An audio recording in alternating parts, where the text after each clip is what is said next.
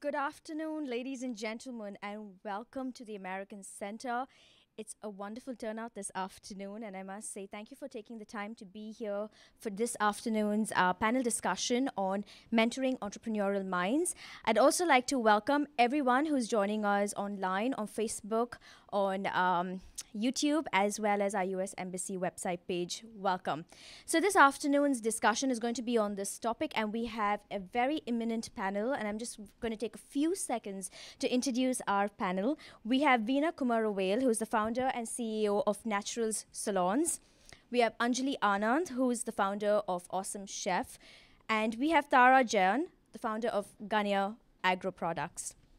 This afternoon's discussion is going to be moderated by Eric Lund, our Cultural Affairs Officer, and our opening remarks is going to be given by none other than our Consul General, Robert Burgess.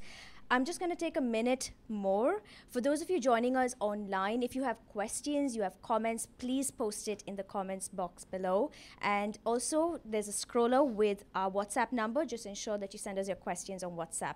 And for all of you all here, have your questions ready, because at the end of the panel discussion, we're going to open up the floor for some questions and answers, and you'll have our panelists giving you those answers. I now hand over the mic to our Consul General, Robert Burgess. It's over to you. Good afternoon and welcome everybody. Really thrilled to see such a large crowd here for a program on entrepreneurship. As you know, we've had a series of programs this year in support of entrepreneurship, leading up to the Global Entrepreneurship Summit, which will take place in Hyderabad at the end of November, November 26th to 28th. And this Global Entrepreneurship Summit, the theme for it this year is Women First, Prosperity for All, particularly recognizing the role of women entrepreneurs in the startup culture, in the entrepreneurial culture. And entrepreneurs face a number of common challenges, but I think women entrepreneurs face some very specific challenges, whether it's particular challenges on access to capital, to certain skills development, to finding the right level of acceptance. And it's great to have such an experienced panel here today. And I know that two of you, Anjali and Tara, participated in another entrepreneurship mentoring program that the U.S. Consulate supported, and that was the All India Roadshow for Women's Economic Empowerment through Entrepreneurship. That's a mouthful, but a useful program. And AirSui, we call it AirSui, all right, we can call it that. And then and Veena, we're also so glad you could join us here today. As I say, we're excited about the Global Entrepreneurship Summit that is coming up. This is a summit which will bring together entrepreneurs from India, the United States, and around the world, along with other participants in what we call the entrepreneurship ecosystem, including investors, angel investors, and other experts in entrepreneurship. The previous summit took place in Silicon Valley in the United States last year, and it resulted in a large number of bringing together entrepreneurs and investors, and it resulted in a large number of positive interactions and even deals.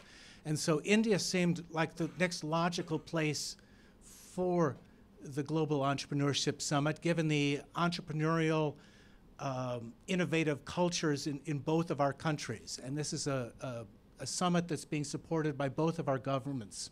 And so we wanted to undertake a number of activities in the road to GES, and this is another flagship event in that road. So with that, let me turn it over to Eric to get the discussion going. Thank you.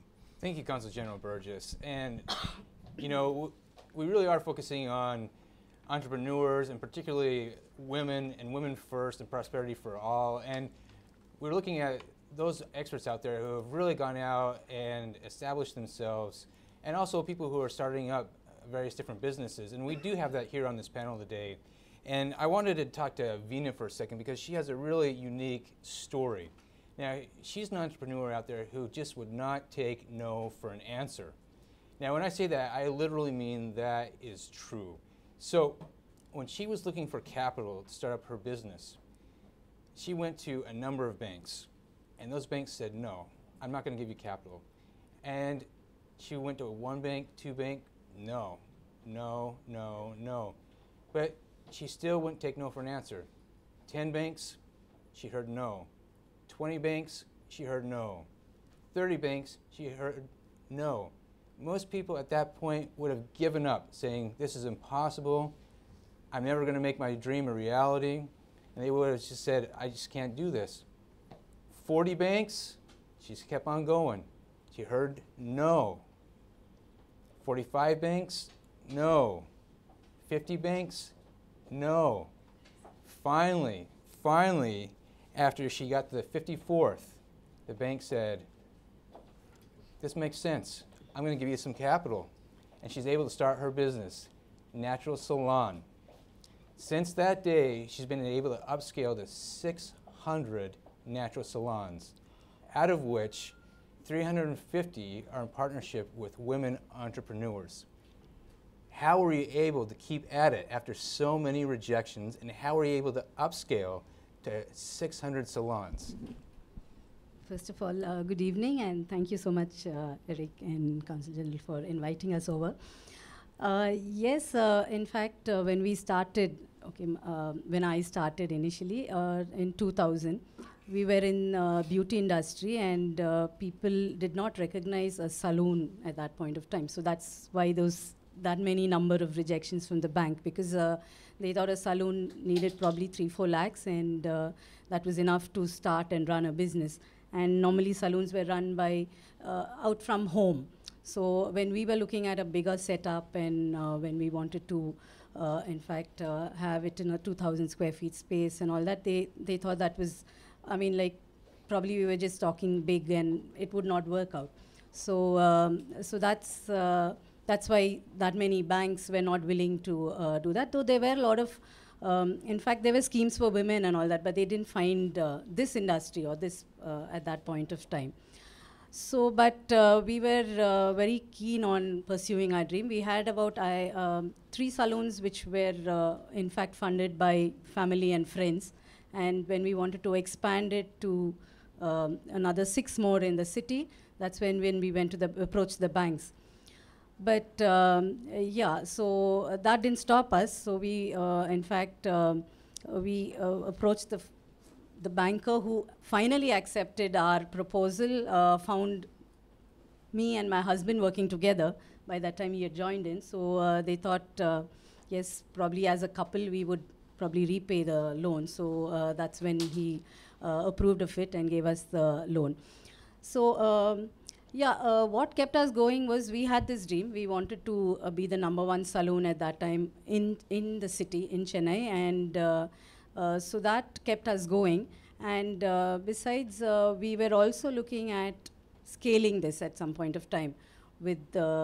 So we brought in our own friends and relatives who supported us. And that's when we started partnering and franchising, in fact. So that was. So you have a lot of people here who are interested in doing a startup.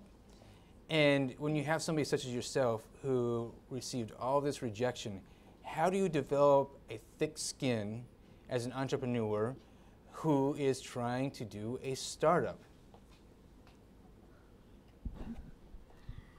Yeah, today, yes. See, most of the startups, at least, they start with a lot of passion. And it's somewhere down the line when they don't get the adequate support, probably financially and through other sources, the other resources in place, that they start losing their confidence. I think that's when you need to look for a mentor or somebody to guide you and take you to the next this thing. And today, I think in Chennai, there's a lot of support in the startup community. There are a lot of people who are coming forward to mentor startup entrepreneurs. And there are organizations which are doing that. But I think basically you need to find the right people who can guide you and probably take you to the next level. Now, the topic of today's session is mentoring entrepreneurial minds. Now, you've been working with a lot of women, getting them into this very business. What is it that you tell them so that they can become successful like yourself? Lot of them, as I said, they start up with a lot of enthusiasm, and then when they don't see things moving the way it is, then they start losing their confidence, and that's when we basically in a salon industry we tell them that don't look at what money you will make, but just see that your customer goes out happy. So then slowly your business would build. So I think that's one keyword when you keep looking at how you can keep your customers, whoever they are. Once you look into that, then your business just grows. And that is what we tell our women, because a lot of small things, we also tell them, you don't look at the small things. They try to micromanage sometimes, but look at the bigger picture and let go of certain things and see that you can scale up. Thank you. Now, Tara, you came up with this idea of manufacturing and distributing cold-pressed oils. But not just any oils. These are supposed to be environmentally friendly oils, and the byproduct can be given to cattle as their feed. So why'd you come up with this idea, and how have you been able to make it work? Okay, hi everyone. Thanks for coming here. And the reason I chose this business is actually the business chose me. My passion was into textile industry, and one thing I had in my mind right from the beginning when I wanted to become an entrepreneur was, whatever I do, it has to be ethically right. So when we were using this oil, the cold-pressed edible oils for our own use, and when my friends and family started getting it from me and then using it, when I visibly saw the health benefits they were enjoying, that's when I thought, okay, if it's going to help the society, and also I can make money out of it, That's when I ventured into this, and this business basically found me. I would put it that way. And this is something that feels so right when you do it, when it helps people, and whatever you say, and that is true in every sense. When you say it helps your health, family's health to in a right way, and it's completely true, 100% true. You feel happy as an entrepreneur because you don't have to camouflage it in any particular gimmick package or something. So that's how I choose this business. Now, I know that as an entrepreneur, you've also worked with mentors. How has that helped shape your vision as an entrepreneur? Mentors have made a tremendous influence in my personal and also business life. A true mentor will also affect your personal life. That's the truth. So when I started, my company was taking baby steps, and my ideas were everywhere, and I didn't know which path to take or which way to go, and that's when this AirSweep program happened. So that was my, people say I was born with a silver spoon in terms of money, but in terms of business, my company was born with a silver spoon, that was AirSweep. So we had mentors in every area of business in that program.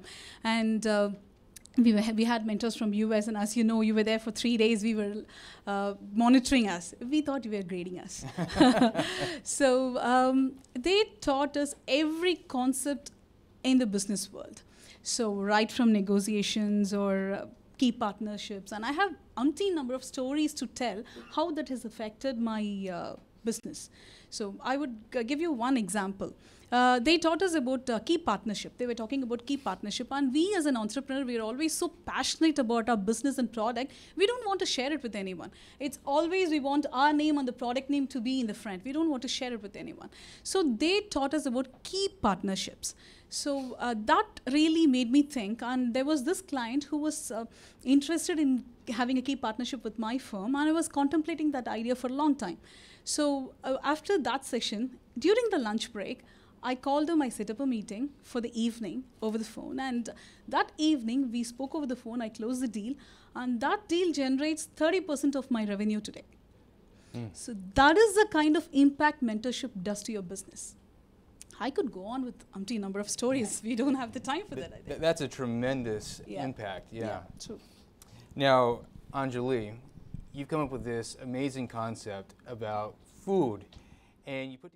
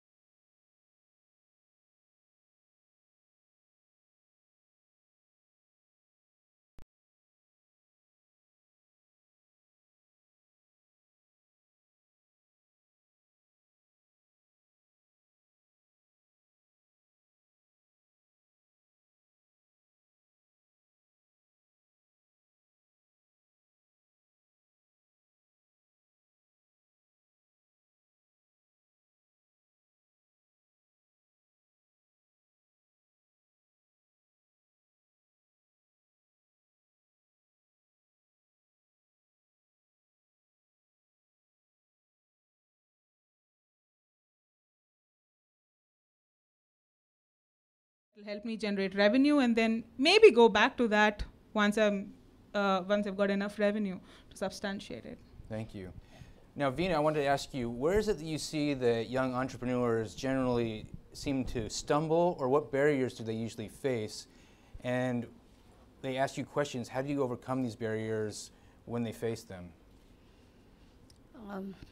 Probably the younger entrepreneurs, I think in the initial stages, that's when, when they probably, as one is when they don't get the funding.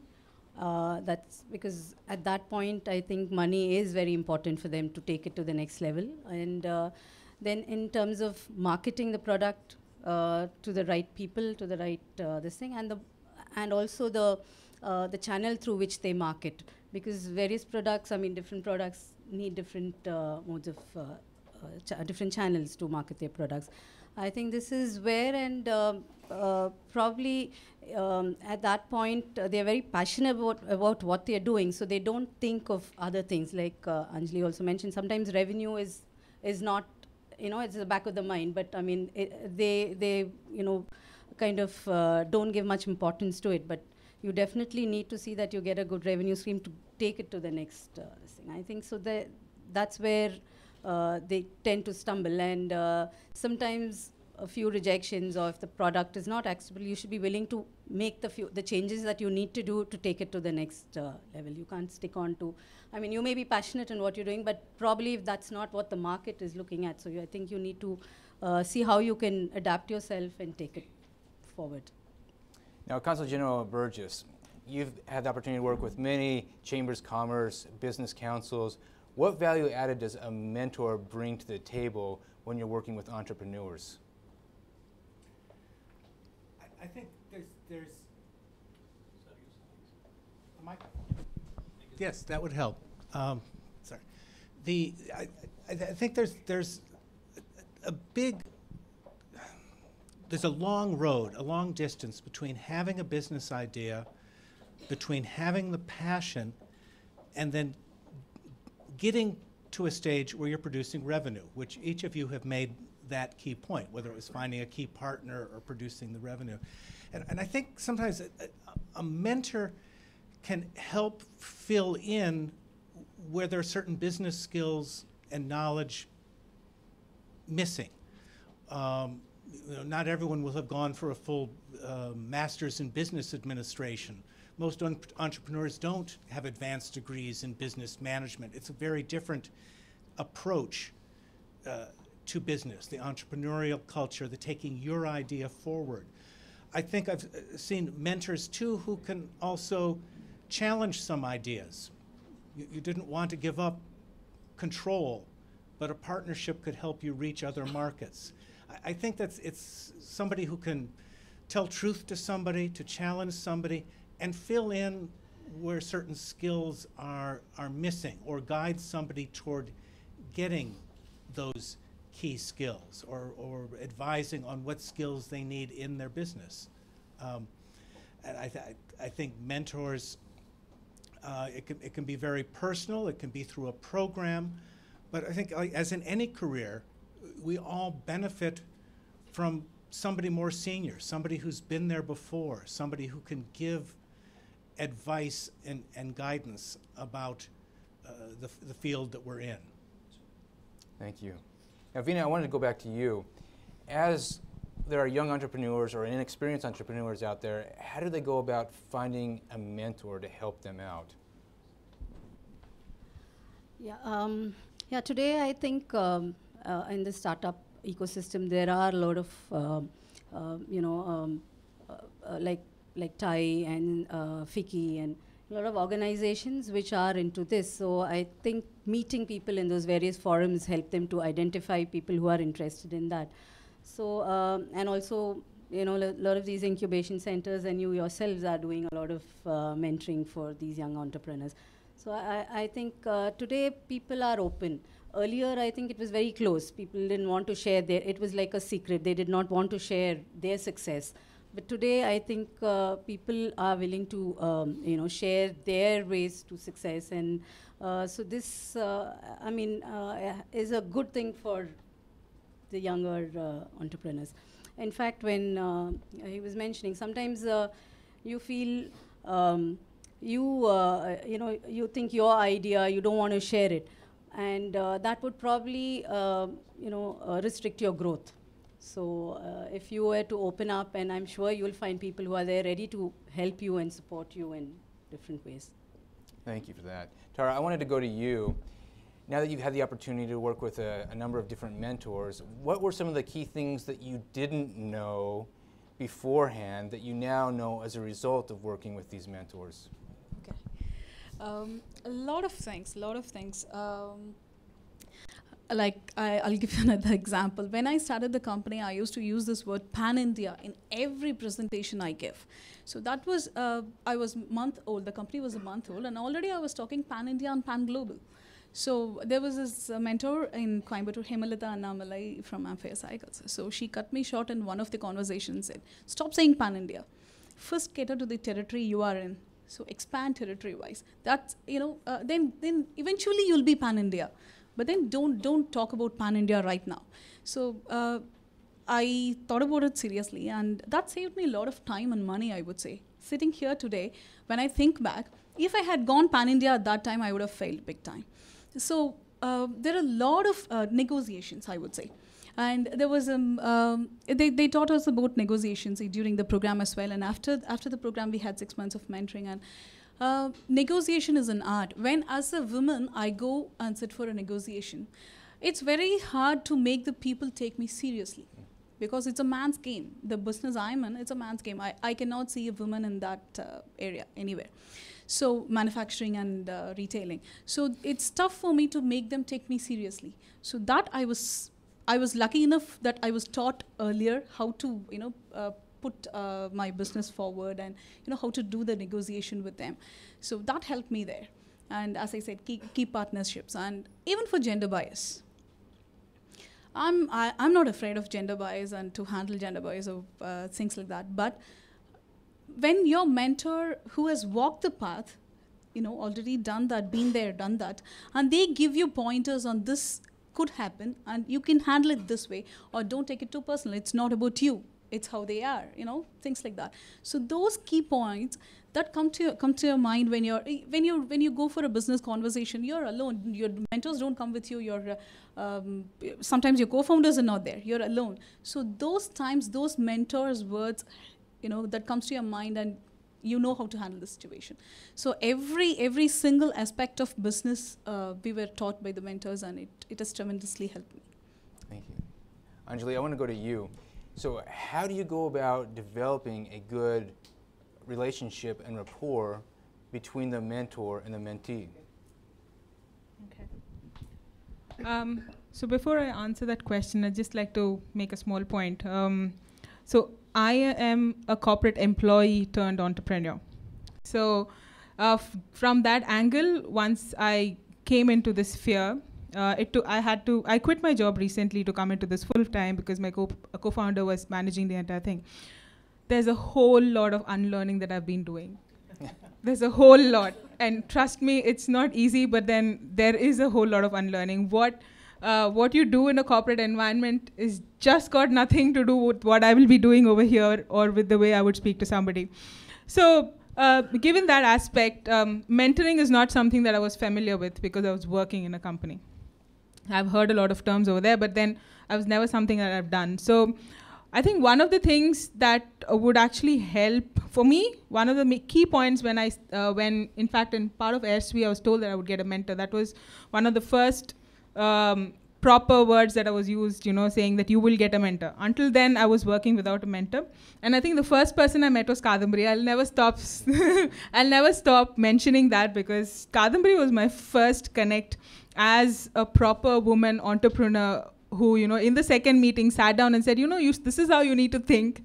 And everything just went up. So I was like, I connect with Kadambari. So, that's my kind of a go-to person. She's able to understand where I come from and I can still go back to her and, talk. So there are a few people like that. One, there's a personal connect that you develop. The other aspects that I was looking forward to was somebody who was in a similar field like me, meaning food. So somebody who understands what happens in a food industry and who can relate to the kind of questions that I have, and maybe sometimes even give me, okay, if this is not working, how should I go about doing it in a different aspect? So those were some of the two main points that I was thinking about. And thirdly, because I was in Chennai, I was predominantly looking, I am predominantly looking to put my feet really strong in Chennai. So I'm looking at somebody who knows the Chennai market, who can, guide me exactly in this market, because certain businesses are very territorial. When it comes to food, I know that people in Adyar would prefer a type of food. What I sell will be acceptable only to, let's say, somebody living in Adyar or a Tiruvanmiyur or a Besant Nagar, may not be acceptable, or they won't be customers buying it from my own locality, because food differs from every single area over here. So those are small things that I really wanted support from, and somebody who's from the business within the city would have a good idea of how things work. And those were things that I was actually looking for. And that's, I think, one of the ways in which it builds that relationship in a better manner. Well, thank you, Anjali. So Anjali talked about how you can develop that relationship between the mentee and the mentor. I was wondering from you, since you've been working on this as well, then is it possible to have more than one mentor at one time? And if it is, how do you go about managing multiple relationships? Okay, absolutely. You have to have more than one mentor, if I have to say, because it's one mentor cannot cater to all your areas of interest, or see, the mentor who is very strong in your business field, let it be food business or FMCG, if the mentor who is very strong in that may not motivate you when at the times when you feel low. A mentor who motivates you well may not be from the same field you are doing business in. So it's absolutely, I would say, necessary to have, more than one mentor. And each mentor can add value to your business in terms of revenue generation or getting leads, sales. You can have multiple mentors. And the way you maintain the connection is, it's something like how it goes, like you teach while you learn and you learn while you teach. It has to be a mutual benefit, So when you connect with a mentor, you don't go with a problem and look for an answer. You talk to them. They talk out of their experience. So that will connect you on a personal level, and you take pointers from that. Mentorship is not teaching or coaching. It's sharing of knowledge, sharing of experience, and from that you take pointers and you apply that into your business. And like I said, the mentor who is very strong in your business arena wouldn't be able to help you when you're feeling low, or wouldn't be able to help you to go for the legal aspects. Like in Airspeedway, I had two mentors, one from US and one Indian mentor. Indian mentor was from my area of business. He was tremendously helpful in terms of business. But the US mentor, Megha Boraskar, she was a lawyer by profession, and she was a very good motivator. We used to have monthly one call, and that call, it's enough for 30 days for me. The next session is, it's enough for 30 days. So that's the kind of mentor she was. So it's healthy to have more than one mentor, and you discuss and you take it from there. It's not like advice and you look for a solution for a problem. It's kind of a mutual benefit. Yeah. Well, thank you, Tara. And I think that you made a really good point about how there's a mutual sharing of information, and both of you benefit from this relationship. Now, I wanted to go to you, Veena. Have you found that to be the case? Because you've worked with so many women entrepreneurs. Have you learned as much from them as they have from you? Yes, definitely, because each one works differently, and there's so much to learn from them, because I probably may not be very smart with money, but there are some of them who are very smart. The way they handle the various aspects of business, especially money, they're very smart, and there's a lot of learnings from them. And there are in our business, it is more customer service. So you find each of them when they do it as their own business, though we as a franchisor give them the various framework within which they can do their business. A lot of them out of interest, because they are themselves entrepreneurs, and when they are on the floor, they find a lot of things that they learn firsthand. And that has helped us to correct a lot of things that we do, and has improved the overall business for us too. So that has been very, because they are the ones who are interacting with the customers. So we find that a lot of information that they pick up, we are able to share it with a lot of other franchisees, and when they do the same thing, they are able to get better results on the floor. So it's definitely very beneficial when you have a lot of learning too from them. So it's more sharing, as she said. It's not mentoring is not giving advice or telling them how to go about it. It's more sharing and learning from each other. Well, thank you, Veena. I'd like to now open up this session to questions from the audience, and that includes everybody who is joining us via Facebook Live and YouTube and the website at the U.S. Embassy in New Delhi. We welcome all those questions, and also from our audience here in Chennai. Yes. I'm Haripriya. So my question is about at what stage of your journey does one need to seek a mentor? Is it when you have a lot of ideas and you don't know what you want to do, but you are sure you want to do something on your own? Someone like me who's all in a job but is looking at being on my own few years from now or a few months from now. I'll have a lot of ideas, but I don't know what I want to focus on. Do I seek a mentor at this stage, or after I get a strong idea of what I want to do? How do I get a long-term mentor? What stage should I go and seek a mentor? All right, to paraphrase the question for the online audience, at what stage does an entrepreneur seek a mentor? Can I answer that? Yeah. You'll have to seek for a mentor at the beginning itself, when you just have an idea of what to do. Lot of ideas, yeah. It could be. It's always a lot of ideas. It's not one idea. You want to do everything, and like I said. So, find a mentor at the beginning stage itself. It's you can validate your ideas. You can, and not everything will work. Only one will work. So, to find out a needle in that haystack. So you need to find a mentor, and finding a mentor itself is an art, I would say. So you are going to meet a lot of people.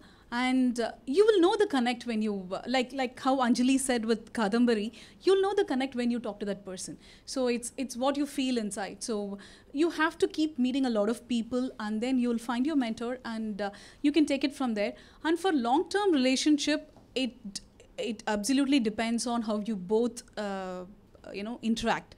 So as a mentee, you cannot bombard your mentor all the time with questions and problems. It is learn from the experience, make them talk about the experiences, whichever field they are. It may not be your relevant field, but you can learn from that. Same way, some mentors, sometimes they get very possessive about their mentees. They do this, why not working today? Do this. You have to draw a line there. You eventually learn all those. But find a mentor at the very beginning itself. That will guide you on the right path. Yeah. Other questions? Yes. Hi all. So my name is Nandini. I'm from Coimbatore. So I would be very much grateful if all you can answer my question. So manpower is the greatest challenge or important resource of all the other resources. So from your initial stages, how do you manage your team? Because every team pave the way to the success of your career, right? So how do you see your team members? How do you manage your team members or your employees? So how you are going to mentor young entrepreneurs to see their employees and manage their employees, and if they lead the organization, how do you see that scenario and how you tackle or handle that scenario? All right, to paraphrase for our online audience, how do you manage and mentor your own employees? I'd like to go first. Okay. Thanks, Nandini. I would say in my company, for a very long time, we were like solopreneurs, right? So now I can say we got one employee. So we are like a small company. Nevertheless, what we've learned over our journey is, as an entrepreneur, if I need to grow, I need to build a team around myself, right? And if I need my team to work to wherever I want to grow, I need to be really open. So basically what it means is, as a team, if you're building your team, what I have learned is share your ideas, be very candid, be open and transparent about your goals that you want to achieve. So for example, as a company, if I want to say, let's say I want to make 10 lakhs of revenue in the next 3 months or 4 months, if that's the goal that I'm setting, then it's very important that I translate that goal to my employees as well, so that they know what exactly I'm trying to achieve, what they need to do in order to do that, and if they share the same aspiration, right? So if I don't recognize whether they share the aspiration, whether they want to work, they want to, what are the skills they need to develop in order to work along with me and also grow along with me, then I need to take a call at that stage. I think those are things which are, very, very important for us to also bring in an inclusive culture with our employees.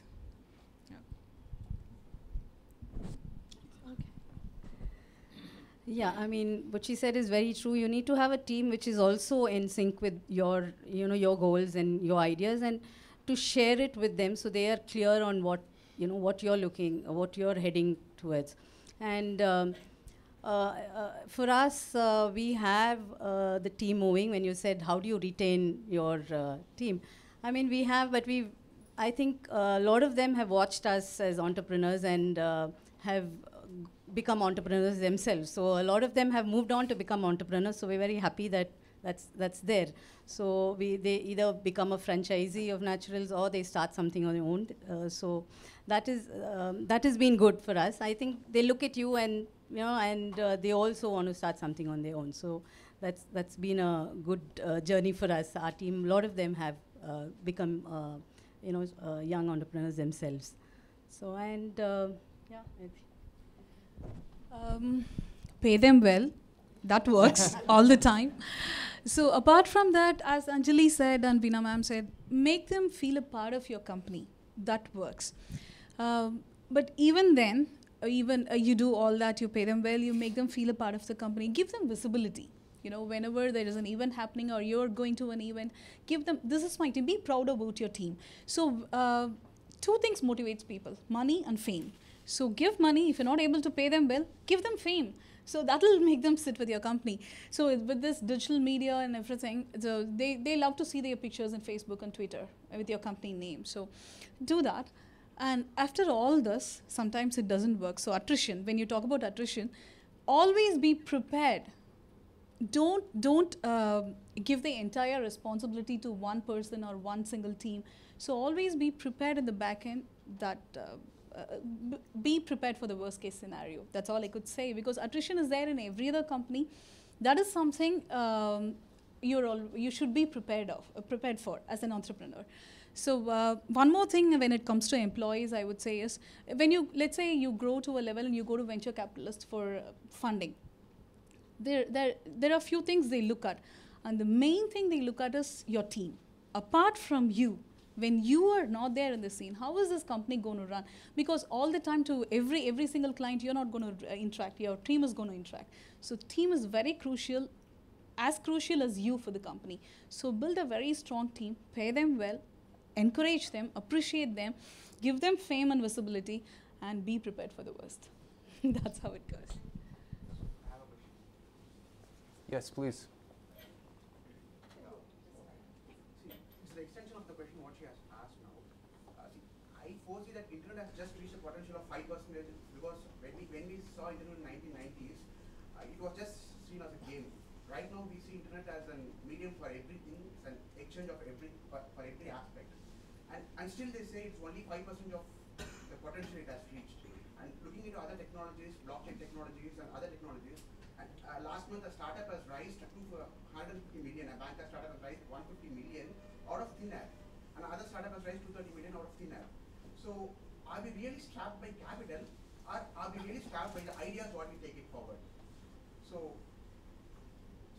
what is the role of a mentor over here? And I personally foresee, as a startup, an employee model work out, or forming a community and giving an equal, because no one is employed in a Bitcoin community, no one is employed in Ethereum community, but still the community thrives and people are working and the value is getting increased. I mean, how do you look at this?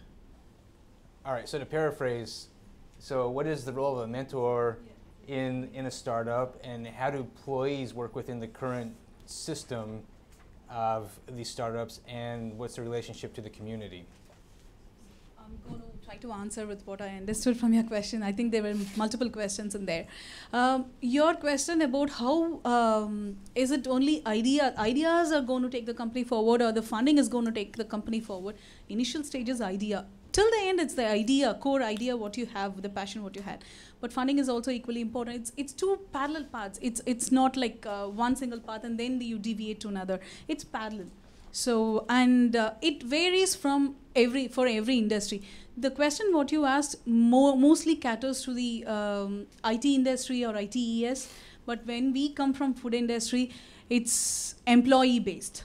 It cannot be a community based. It's a company idea, you get the funding, and the team runs the company. It's more employee based. It cannot be community based when it comes to FMCG or product based company. But when it comes to IT or ITES, I think it could work as a company, but still, if you go to the ground level, it's employee based. It's not community based. So. Yes, please. My name is Achudan. What are the key points we should look at a mentor, or key points? Right. What kind of person, what kind of, everybody could be a mentor, but even the cobbler could be a mentor. True. So even the president of India could be a mentor. But what are the key points to be looked at for an entrepreneur, just a beginner? No. Yeah. So you have some idea. So to rephrase, what are the key points we should look at when trying to find a mentor? Ultimately you are the person who is suffering or enjoying. So you must be in a position to look at the mentor. There are several people, but out of you have to select few persons. Correct? What are the key points you should look at? True. Thank you, sir. Thanks for the question. The key points, I would say, how I work when selecting mentors is their experience in the relevant field. If they, because ultimately the field knowledge plays a major role when it comes to mentorship. Let's say if I have a writer as my mentor, I select a writer as my mentor. They could motivate up to a point, but when I say the pain points, what I face in the field, they would not be able to empathize with me and understand that pain point, right? So select a mentor. I would advise to select a mentor from the relevant field who has walked the path already, who has considerable experience in doing that kind of business or being an entrepreneur, right? So, and again, should be a great motivator. For me, my mentor has to be a very energetic and lively person, who doesn't take no for an answer. So it depends on the person who you are when you select the mentor. So, and a mentor should be a person who talks about the ground reality rather than motivating you all the time and saying like reach for the stars, reach for the sky. That is all good, but the ground reality is always very different. It will put you in the mud. So a mentor should be a person who could, if not handhold, but at least guide you how to walk through the mud. So you look for experience, you look for industry knowledge, or you look for a passionate person. That's what I look at a mentor. Looking for a mentor. Do you mean to say, suppose a person of maybe 3-4 years elder than you, or maybe just started some business. True. He has made some money, lot of money within 3-4 years. He could be as a mentor. You could learn from them. No, I'm not I'm asking about key points of a mentor. Not somebody who has made money. You can also scale and make money. When a person makes money, sir, he has won to some extent. So in terms of making money, I would like to have him as a mentor. Like I said before, you don't have to have one mentor. It could be multiple mentors. So that person whom you spoke about, who has just 3 years of experience and made a lot of money, I would take him as a mentor in revenue, in learning about revenue making. Okay. Why not this mentor be an entrepreneur? Instead of advising you, he himself could be that good. Did you understand my question? Mentor, let me paraphrase it for you. If the mentor has to be an entrepreneur, or any person who's not an entrepreneur can also be a mentor, is that what you're asking? No. Do you find an entrepreneur, successful entrepreneur who did business for some few years as a mentor, or a guy who has started some 3-4 years, he run the business, he has got full of idea, but that person has a mentor. Okay, established or who is a starter? Yeah, established or who is a starter? He started the business, started run for successfully for 5 years. He has made enough money.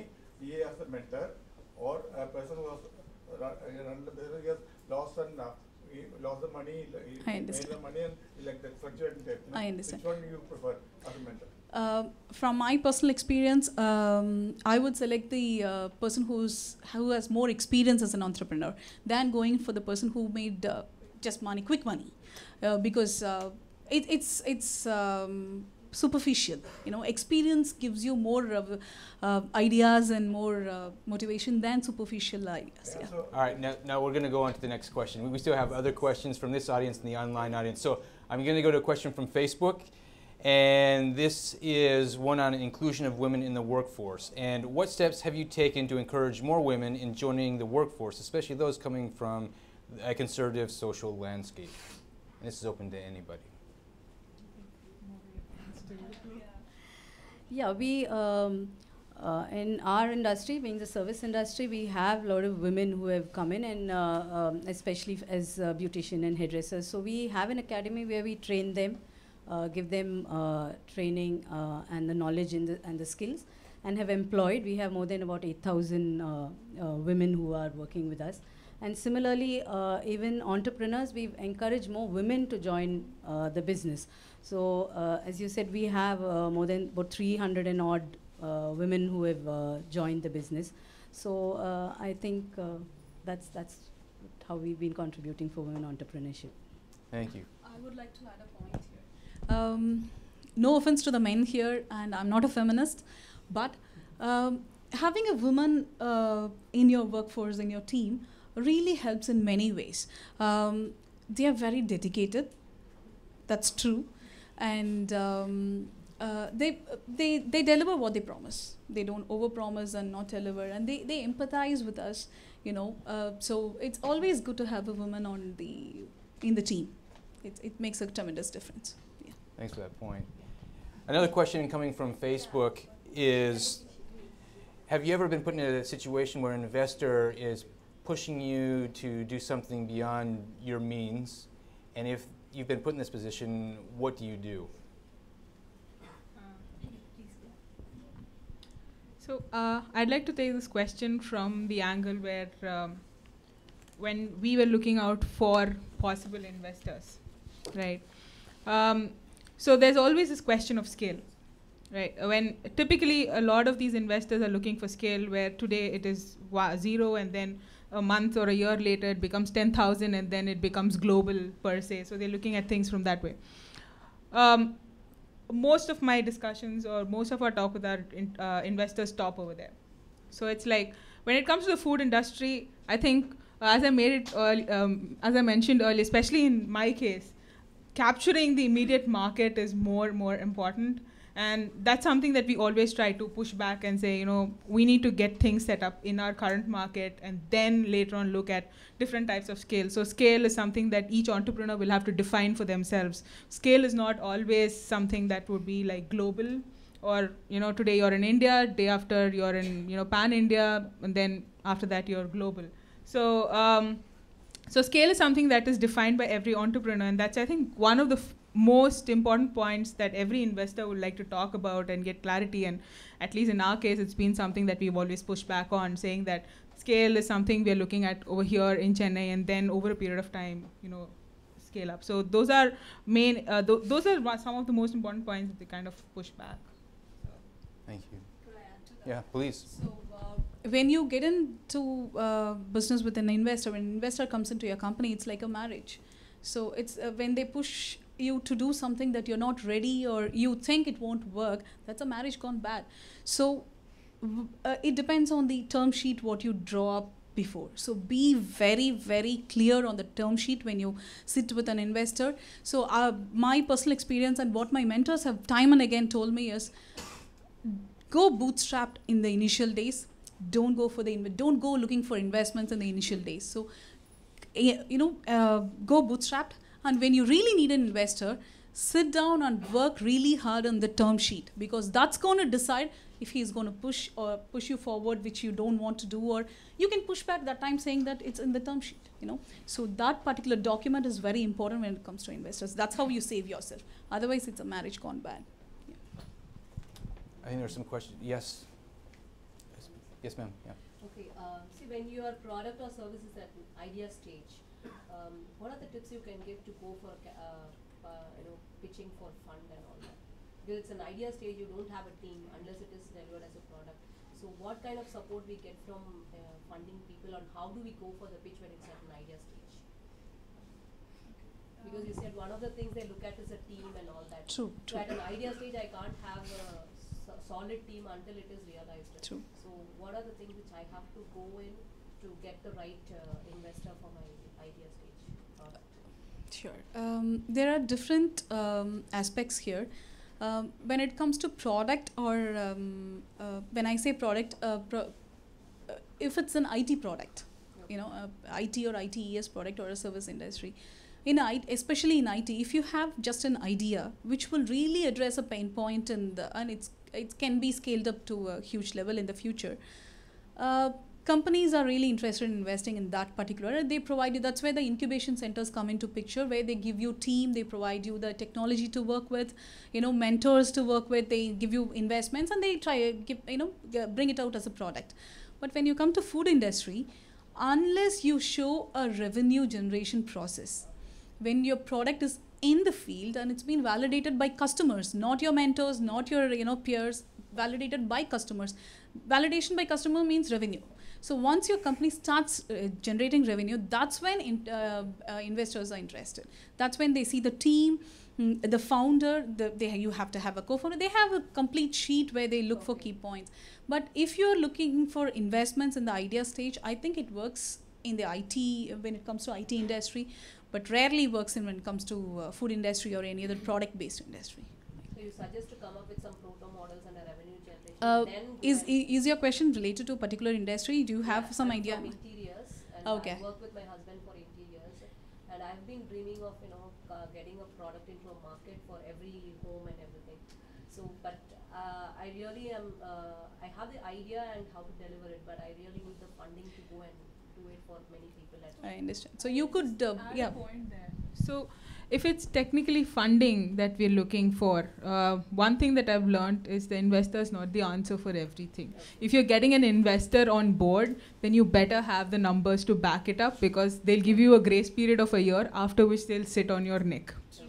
Right? And this is hard fact. I mean, a lot of us are aware of it. And this is something that I learned over a period of time. So if it's truly funding that you're looking at to start something on your own, the best way to go is friends, family, bank, and your own internal circle. Yes, please, over here. Good afternoon, ladies and gentlemen, and first of all, I would like to thank the panel members for today's session. So basically, as she had mentioned regarding the funding part, for a startup and for, let's say, an existing company which you want to expand, what would you personally recommend? Getting investment from like the banks or self-investing? So the question in paraphrase is, do you think it's best to get funding from a bank, or is self-investing a better idea? I would say self-investing first. Thank you. Self-investing first if you have that kind of money. And then go to, like she said, go friends and family, and then go to the banks, because with banks it's always like it's India and it's a bit tough process. Yeah, 54 rejections. So bootstrap, friends and family, then go to a bank, and if that doesn't work, go to an investor. But does it differ for the startup and for an existing company that you want to expand? Existing company, yeah. If for existing company, you would have already bootstrapped the money you have. I think your pockets are empty right now. So you go to friends and family. If that is also leveraged, go to the banks. If your existing company, you'll have a beautiful revenue sheet, right? So that will fetch you investment anywhere you go. So like Anjali said, I would validate her point. Invest better than investors, go to banks first. If you you cannot possibly get from banks, then go to the investors. Because investors try to sit on your neck. That's true. Hold on, I'll come back to you. Hi, this is Ayuki. So I just want to understand what type of milestone you set up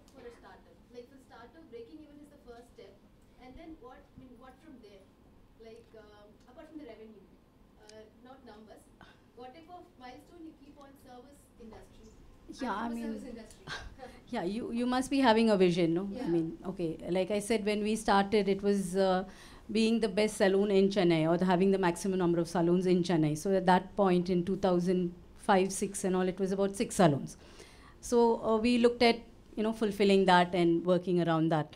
So then the next stage is to be the number one in Tamil Nadu, and then so it depends on what vision or what goal you have. So your goal is not like, you don't have, okay, to start off and say, like she said, to be pan-India. At when you start off itself, you have a vision, of course, but you break it up and make your journey, step by step. You don't jump at this thing. So The numbers, it's about numbers, and yes, after that it becomes, okay, today we are not looking at growing with, not just looking at growing in numbers, but how many women are we empowering. So it's women entrepreneurship and employment opportunities that you, so your vision and your this thing changes.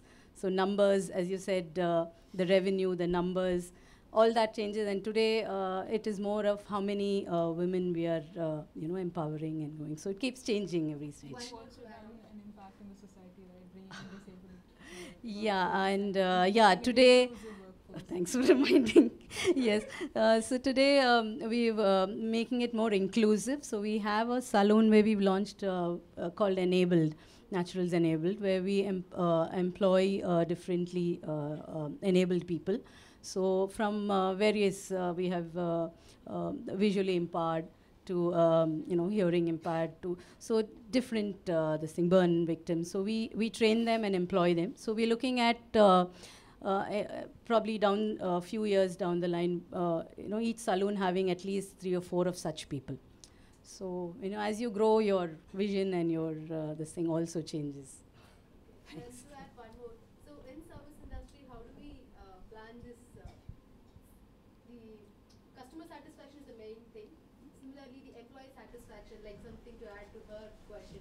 How do we keep the people who do the service happily, so that you don't have to worry about the retention? Yeah.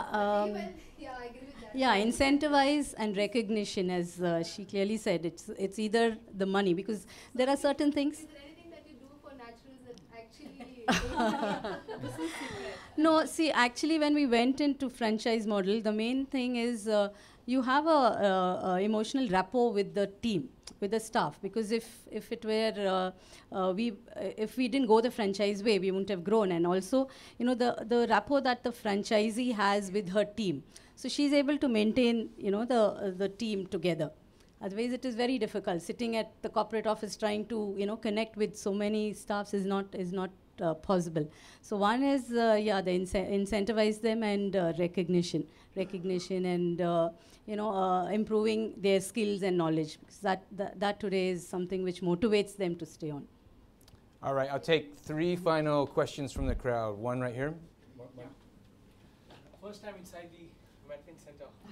thought it would be for the visa process, but never thought it would be for the mentoring entrepreneurial minds. So my question to you is to Veena ma'am. So what kept you moving forward? I mean, back in 2000, the trend for the concept for saloon was never existed, So we go by the concepts. So we go by the trends. So back in 2000, there was never a concept called a saloon.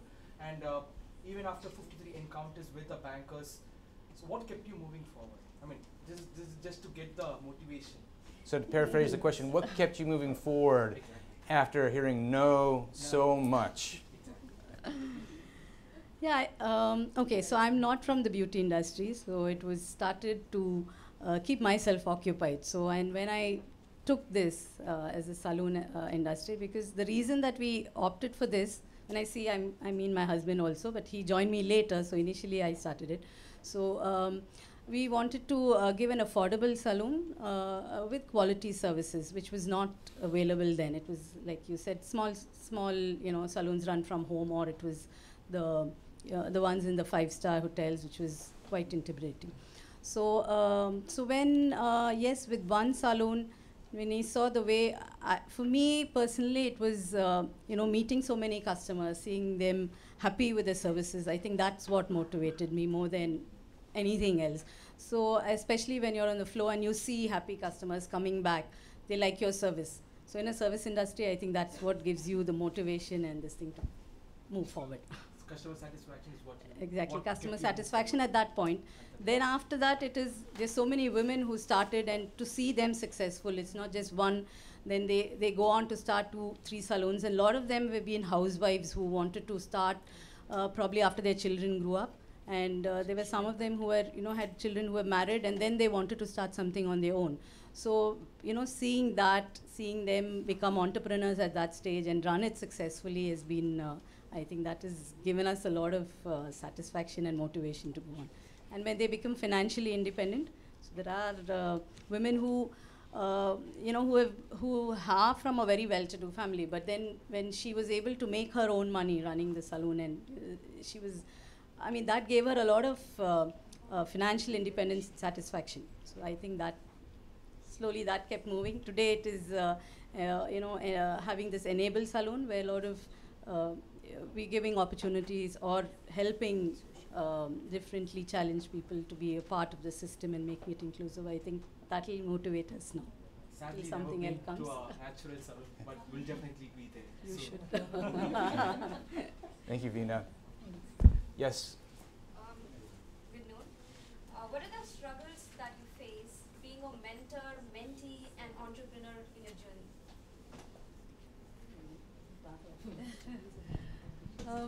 As a mentee, I have never been through struggle because my mentors all were wonderful.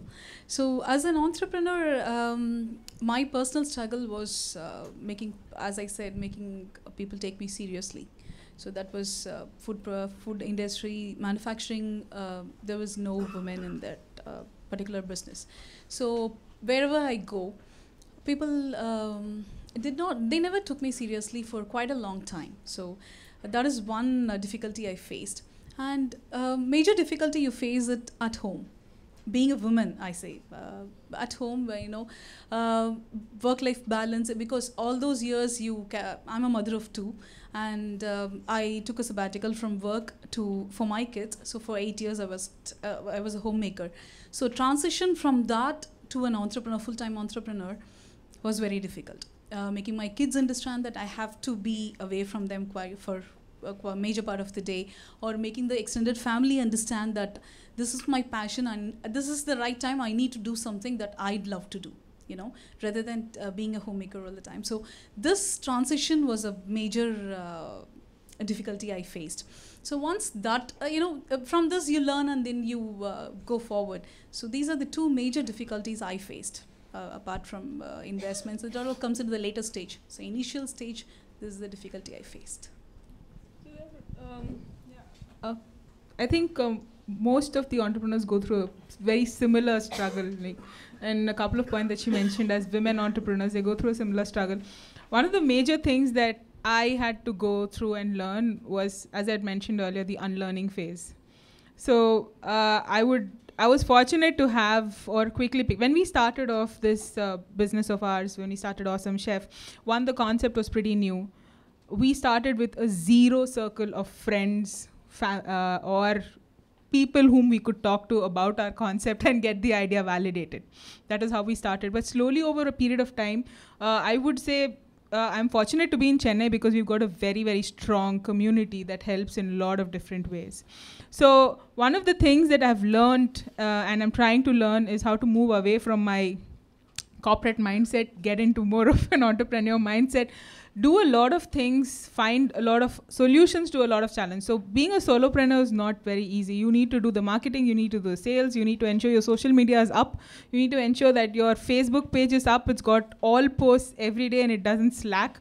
You need to ensure that being in the food space and create a lot of new different products because customers want to see different products. Then ensure that your supply chain is steady. You don't suddenly you go to a shop and you find out your vendor says, okay, this was like double the price of what you bought last time. So managing the cost of those. So I think those are a lot of business challenges that you kind of face, and those are things that you will definitely struggle with in the initial period of time. one of the things that will help you big time in managing all of this is to build a good circle of support. So I would say personally, I'm pretty gratified and I'm pretty happy with my family who's given me that support. Nobody's questioned me once. I leave my son with my mom and I tell her I'm coming home late, 8 o'clock, and she's like, okay, fine, I'll take care of him. So, I know that I don't have to rush. At least I just have to keep her informed on that one particular day. And there's a peace of mind. So that particular comfort circle is extremely important, and we need to build something around that. Otherwise, it's very difficult to, run through a lot of the problems that we would face. And we will definitely face those problems. And I've seen that we can pick whatever we speak here, or when I speak to a lot of people, I pick those, instances that they have faced and, try to apply it, and everything is experiential. I only pick up what maybe they would have done and try to customize it or, apply it in my case and see if it works and see if that could give me a solution. All right, we'll take the, yes ma'am, final question back there? No? Yeah, one question, not 50, one. Why do you feel we need an investor when banks are coming forward nowadays? The scenario is totally different today. Today we have a lot of money in India. So why do you need investor? What is the role of the investor? I don't know, because bank is an investor. Bank is flexible, interest rates are low. In such a situation, and if your project reports are very good, then why do you need an additional investor? What is the advantage, extra advantage for the business?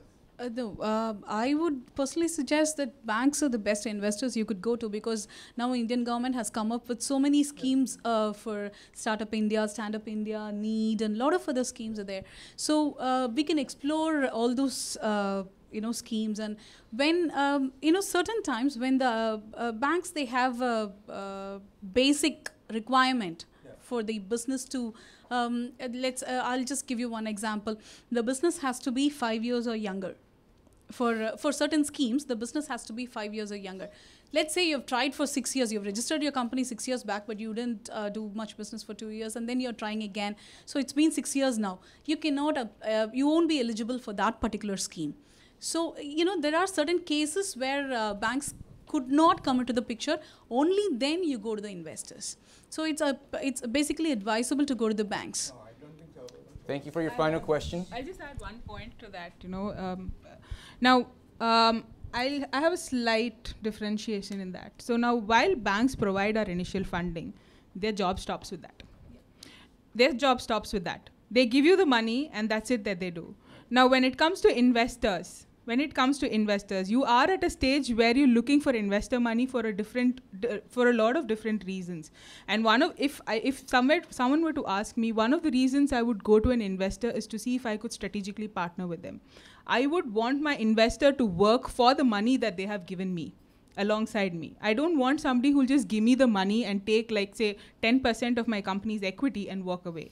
I want the person to be alongside me, help, be a strategic partner and help grow the business so that they get a justifiable amount of returns. And that is something that I look for as an investor, and banks typically don't do it unless you're a huge company and they're investing a huge amount of money into you. So, yeah. All right, thank you, Anjali. Thank you, Tara. So, one more question. the last of the last. This is. No, I did not want to interrupt in between because it was a good discussion with the corporate people and other, already business-minded people here. This is from the higher education side. I am from VIT University. So we have an entrepreneurial cell separately and also the technology business incubator separately, where people like you come and speak to the students and then get to know their interest and guide them or give some training or something like that. But is there any specific model that an educational institution can adapt to, bring all the ideas and the creative thinking of these students who are striving hard to, get some help from somebody, like choosing a mentor or in bad need of somebody's help to start this business. So can any of you suggest a specific model which we can adapt through the technology business incubator or the entrepreneurial cell to give it to them? So to paraphrase for our online audience, is there any specific model that the higher education institutes can adapt to help their incubation systems so that students can learn how to become entrepreneurs? Okay. I think Tara and I would give one answer. I think so. I think when we initially said spoke about AirSWE, right? So I would simply say the model or the content and their entire curriculum is something that could be utilized. Yeah, because the entire program that we went through, while it was a 3-day really tight workshop that we went through, I'm sure that that's a huge, or there's a whole lot of content that is extremely important and very necessary for students to understand from a younger age itself. Because once you finish your learning content, like any of the other entrepreneurship courses or certificates that you do online today, you finish that, you do a period of mentoring, you assign mentors to them, you do a period of mentoring, and then they get incubated and with their validated ideas and all of that, I think they're all set to go, and it all starts at a younger age. So I think VIT is on the right path now. We are offering them a course on lean startup management, where we, as you said, we deliver all the contents that are necessary, including viral marketing or whatever that is necessary, funding, angel funding, everything. So, okay. So that's one. As Anjali said, look out for thank you. Look out for programs like this. This particular RSV program it was a life changer for both of us. So, and also we were talking with Vusha and about putting up a mentor pool where people could reach out and a mentor pool. When you say mentor pool, there'll be mentors from all aspects of business, so you can reach out to them and get mentoring. So there are a lot of such things already happening in the field, and US State Department they fund this RSV program. So a lot of things are happening, so reach out to those particular programs, and that will be very much beneficial for your institution. Yeah. Thank you. And one word for the women entrepreneurs here, RSV program 2018 would be announced very soon. So please look out for that. That's the best place to start for a women entrepreneur. It's the bestest place to start. Yeah, please look out. Thank you. Well, I'd like to thank Consul General Burgess, Tara, Veena, and Anjali for participating in this afternoon's RoadToGES session on entrepreneurial minds. It's been great. Thank you for discussing how our mentors can really push entrepreneurs over the edge to be successful. And it goes both ways. Whether you're a mentee or a mentor, both can really learn a lot, and it really helps entrepreneurs really move forward and become successful. I want to thank everybody here who has joined us at the American Center, has participated, and has asked really great questions. I want to thank everybody who's joined us online via Facebook and via YouTube, and also those who have joined us in New Delhi. Thank you so much. Once again, you're always welcome to join us at our next RoadToGES program, and that will be in November, the first week on the 8th. Thank you so much. It's been great to have you here today. Goodbye.